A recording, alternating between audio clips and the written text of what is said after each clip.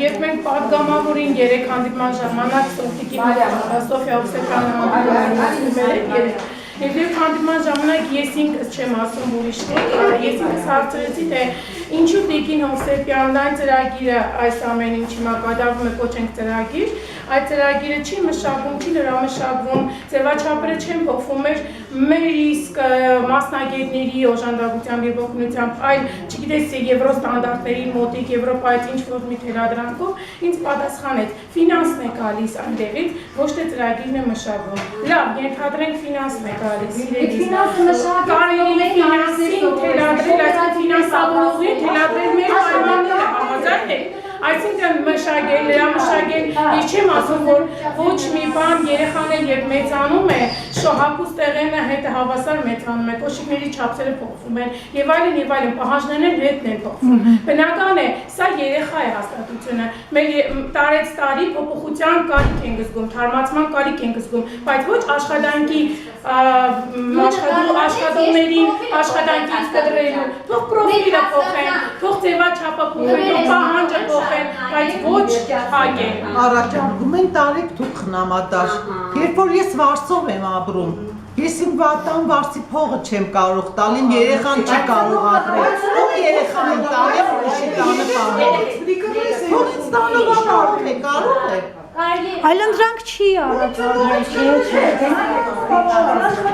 Ուզես ծնողի բերավ, երեխին եք, ուց միս որ իմ տղես 13 տարեկան է, ես ինքս ծնող եմ, ես զարմացած եմ այս Սարաճարիկի համար, ինքս ժամանակավոր կացարանք ապրեմ, խնդրեմ, եկեք տեսեք, կոմունալ հարմարություն չունիմ, ջուր չունիմ, լողանալը ստեղ է, հագուստը ստեղ կուտա, գրինականը ստեղ, սնունդը ստեղ, դիմացը բացի դրանից երեխես անչափահաս երեխա, ով ինձ իրավունք գրավոր կուտա, որ իմ երեխես վաղը միսօր հանցագործ չի դառնա, տղա երեխա է, ես ինչով սեմ, ամուսինս կալանքի մեջ է, երկուց մի հատ հանցագործ ունենա,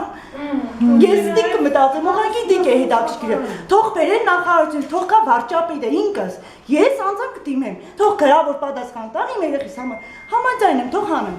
թող ինքը համաձայնություն տա։ Կարելի է։ Ուրեմն սկզբում մեր հաստատությունը գիտեք երևի ինքը մանգատուն էր, իր ձևով, պրոֆիլով մանգատուն էր։ Այնպես չէ, որ մենք կարճած ենք մեր աշխատատեղից, դրա համար եմ ասում։ Մենք համաձայն ենք, թող լինեն պայմաններ եւ թող մենք չաշխատենք։ Բայց այս նման պարագայում, երբ որ 4 տարի հետազոտություն անելուց հետո, բարձվում է, որ ընտանիքներում ոչինչ չի փոխվել, ոչ մի բան։ Մեր երեխաներին, որոնք պահել, դարձրել ենք մեր երեխաները, պահել, դաստիարակել, մեր ստանդարտներով ու ձևով, հիմի ուղարկում են այնտեղ, որտեղից իրենք եկել են, ու ոչինչ չի փոխվել այդտեղ։ Այսպեսի մի առաջարկ, մենք այն ժամանակ, երբ որ մեզ առաջարկեցին մանգատնից դառնալ գիշերօթիկ հաստատություն, մենք համաձայնվեցինք, որտեղ դա խելամիտ որոշում էր։ Այսինքն մենք հարմարվեցինք ժամանակին։ Մենք զգացինք, որ կարիքը չկա մանգատան։ Ժամանակն է փաթել գիշերօթիկ հաստատություն, ու մեծ սիրով բոլորս ներգրավվեցինք այդ աշխատանքին։ Հիմի այս պահին այդ պահը չի հասունացել, որ գիշերօթիկ հաստատությունը փակվի, այդպիսի բան հնարավոր չէ, դա ցուրտ է։ Ինչպես մայրը չի թողնի իր երեխային, պահած պահպանած երեխային չի թողնի ուղարկել փողոց, նույն ձևի մենք պայքարելու ենք մեր բոլոր երեխաների համար։ Երբ տեսնենք մեր բոլոր 70 երեխաները ապահովված են տնով, տեղով, աշխատանքով, ծնողներն ունեն աշխատանք, լիարժեք պայմաններ մեր դաստիարակած երեխաների ապագան կերտելու համար, եւ մենք աշխատողներս ապահովված ենք աշխատատեղով, որը ոչ պակաս խնդիր է մեր պայմաններում, դուք լավ գիտեք։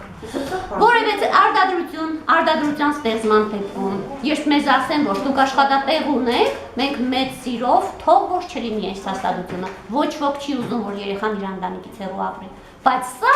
այդ պարագան չէ։ Մենք պատրաստ ենք պայքարելու բոլոր միջոցներով։ Ինչպես մայրը կպայքարի իր երեխայի համար, մենք պայքարելու ենք մեր բոլոր 70 երեխաների համար։ Գնալու ենք մինչև վերջ։ Եթե կա այլընտրանք, եթե որոշել է կառավարությունը, որ լինելու է ճգնաժամային կենտրոն, թող այդ կենտրոնը լինի այս կենտրոնը։ Ինչով է տարբեր։ Ինչի երեխան պետք է գնա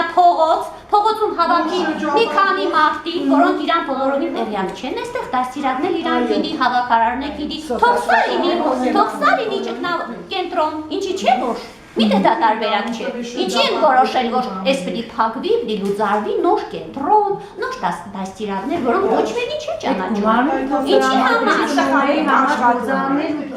Նաև չի առաջանա, դա առաջարկ է։ Այո, Պատճառաբան են, ինչու են մեզ անկորձ թողնում։ Մեզ ասում են, որ մեր սխալի պատճառով 20 տարի աշխատել ենք ֆիննախի ստուգումներ, վերստուգիչի ստուգումներ, ոչ մի տեղ, ոչ մի հարցում չհաշտած մեր երեխաների դաստիարակները, ձեռքբերումները մեր երեխաների, որ ամբողջ Հայաստանում ունենք։ Ինչի համար են որոշել այսպես անել։ Ինչի են կոլեկտիվներին եւ մերը, եւ թիգմետ գիշերոտիկը ոչ մի տարբերություն չկա։ Բոլորս նույն պրոֆիլի աշխատող են։ Բացի վնասի։ Ոչ մի բան չեն արել։ Մենք պայքարելու ենք մինչև վերջ, երբևիցե ոչ ոք չկարծի, որ մենք հանդիստ թողնենք մեր աշխատանքները, մեր երեխաներին ու դուրս ենք գա։ հետո մի երկու խոսք ուզում եմ հենց